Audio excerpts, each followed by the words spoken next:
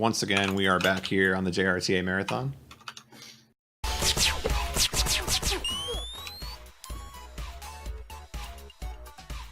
We've got a lovely planet here with isBullets.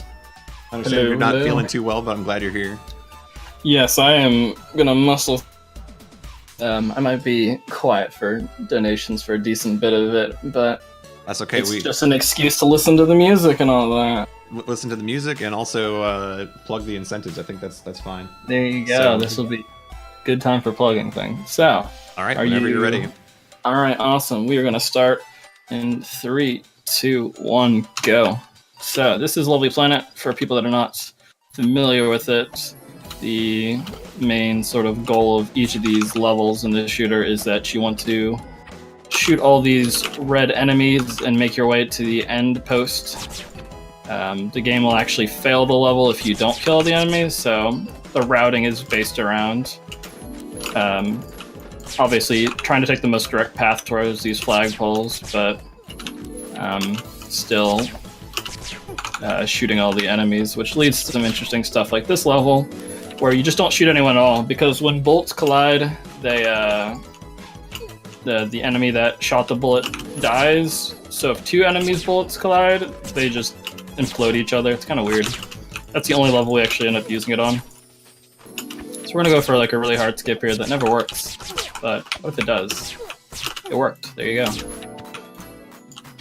Marathon luck working out. But yeah, that skip is fairly difficult because you have to shoot an enemy, jump off of a villager's head, and after jumping off of their heads, you have to kind of wedge yourself between that wall and jump onto a hill where you can only jump certain parts of that hill, and then you have to shoot everyone while you're coming down from that hill and hit the flag post.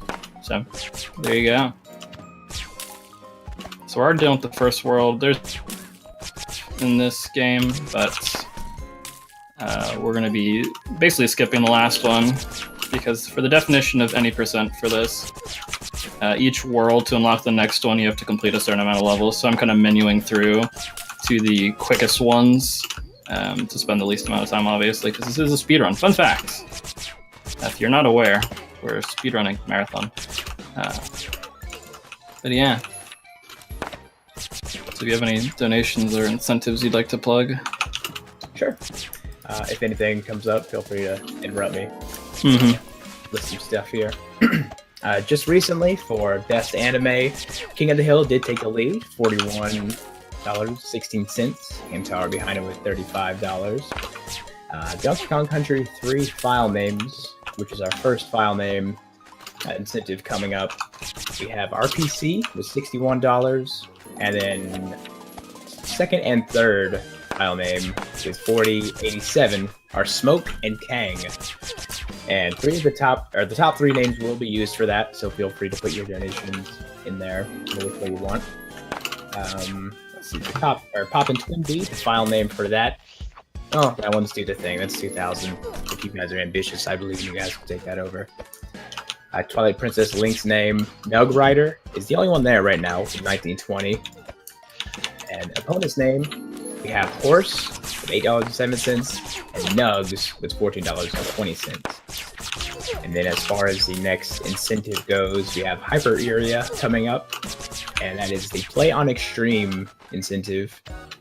We need 200 total for that, and we are at 165. So that one is pretty close to being met. I believe you guys should be able to pull that one off pretty easily. And then one after that is Hotline Miami, Maskless, New Game Plus, all levels.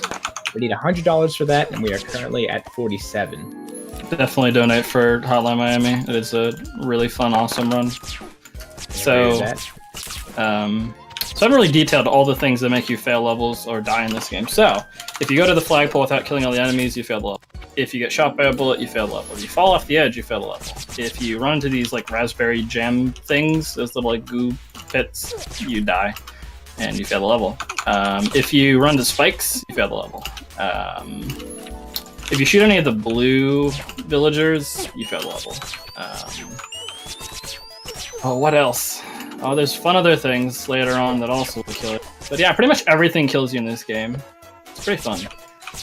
So we're moving on to the next world. They're starting to introduce a new enemy. So the regular just red squares, they shoot at you, and if you shoot their bullet, they die.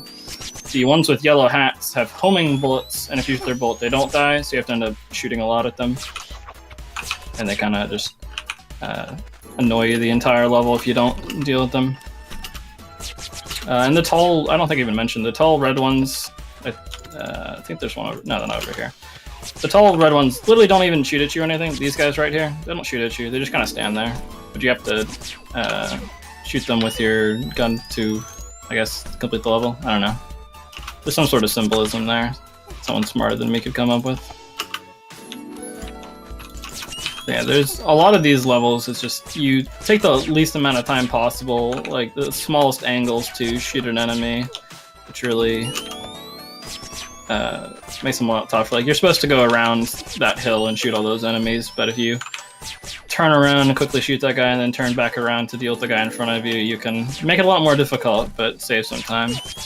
Just a lot of like really small optimizations and things of that nature to really just kind of perfect the run. Whoops.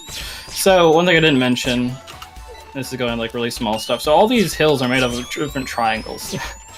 And the way it works is if, I think it's like 45 degrees, but if it's a certain steepness, you just slide right down it, which we don't want. So you have to almost like memorize and get the memory of just where the triangles you can stand on are and which ones you can't. Oh, I didn't get that guy. Did I get him? No. Alright, let's do that again. So you'll notice sometimes, like if I'm walking on a hill, I'll just like slide off of it and weird things will happen. We don't want that. So those bubbles you see appearing, as you might guess, those also kill you. If you stay in them for too long, you just die. It's a lot of fun. I think there's one more thing they'll introduce that's gonna possibly kill us. But yeah, if you've got any more donations or incentives you'd like to mention, I will go back to clicking things at a rapid pace. One more bid war we have going on at the end of the game, or end of this marathon, is between Mario Party 2 and Mario Party 3. Mario Party 2 is currently in the lead with 388, and Mario Party 3 is close behind with 285.69. So that is going to be at the very end of the marathon, so you have the entire marathon to donate to Mario Party 3 to get that back in the lead.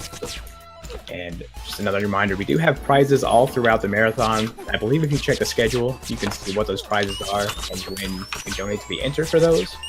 Currently, up until Holy Diver, if you donate at least $20, you are entered for a chance to win an AV Famicom. And if you do a minimum of $25 cumulative donation throughout the entire marathon, you're entered for our grand prize of a Super Famicom, complete with Super Donkey Kong 1, 2, and 3. So please keep that in mind when you do your donations. So this is Swamp. You can't see anything. It's pretty exciting.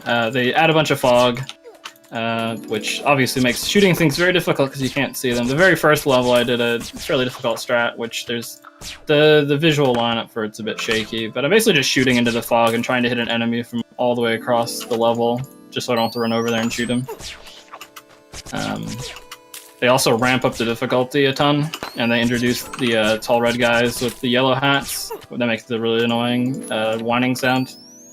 And those guys, if you let them live for too long, they will just explode and fail the level.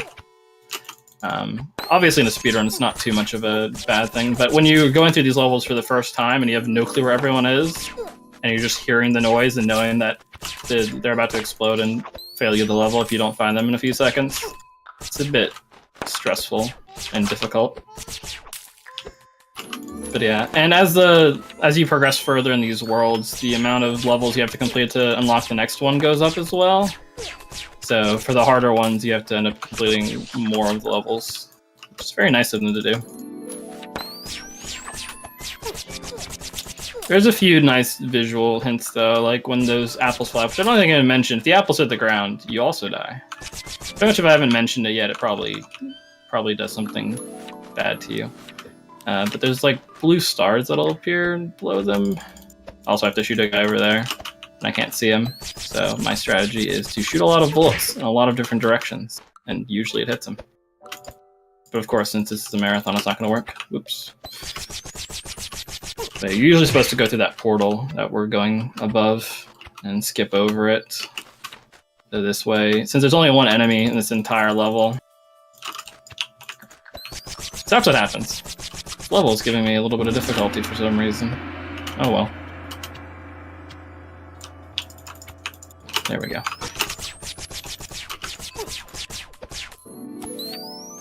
But yeah, other than that, really we're just trying to quickly through these levels. I mean, a lot of this is just muscle memory and practicing, but a lot of the fun is going through these and finding small little optimizations and like riskier stuff you can do, or like visual lineups. Like use that margarita glass, you look at it after you go through the portal, and then you know where to shoot. It's silly stuff like that, but it's a lot of fun. It's definitely worth playing casually if you like clicking things and you're okay with dying a bunch. Because this game's very mean. So we don't actually need to shoot the apples to complete the level, so for that one we end up kind of racing against time. So as the apples fall into the ground, we just rush past it and try to finish the level before it gets there. So you, even more so than usual, you're running against the clock. But yeah, we are just finishing up the last few levels. They do also introduce in this world, they didn't really mention, is just bolts that come out of nowhere. So these bolts aren't being shot by anyone, they just kind of appear when you go to a certain point in level. So, and they also are heat seeking as well, so they just follow you if you don't deal with them. So this is the last sort of skip. We're just gonna shoot this guy and then jump on the geometry kind of weirdly, or not. This time, we're gonna do it. It's gonna be great. Everyone's gonna applaud. There you go. Not too incredibly crazy, but this is gonna be the last level of Swamp, and then we're skipping all the way to the last level. Which has a mechanic that we haven't even... I don't really talk about that much because I'm like sure it's up to the very last level since we skip all of Mountain. But Mountain's incredibly tough, but 90% we get to skip it, which is nice. But the tall blue guys, you can shoot them and teleport. But we only get to see that once, and we're almost done with the run. Time is there. There you go. That's Lovely Planet. We clicked a lot of things. We made a lot of friends along the way. You know, and that's what it's about, isn't it? Without a doubt. Without a doubt. Well said.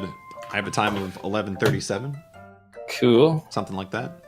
Underestimate. There you go. Absolutely.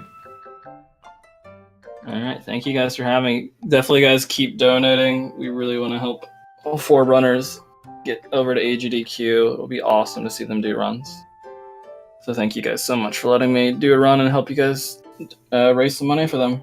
All right. Very quickly before you go, I saw a question in chat. How do you feel about Super Lovely Planet?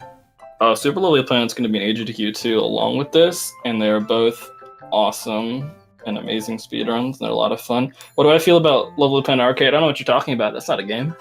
Doesn't exist. It's not a game. Doesn't exist. There's only 2 games in the Lovely Planet series. You heard it here first. Yeah. All right. Awesome. Well, hopefully you're feeling better. Thank you. Enjoy the rest of the marathon. And for the folks on the stream, coming up next, we have a JRTA staple in Magical Poppin'. Just stick around for that.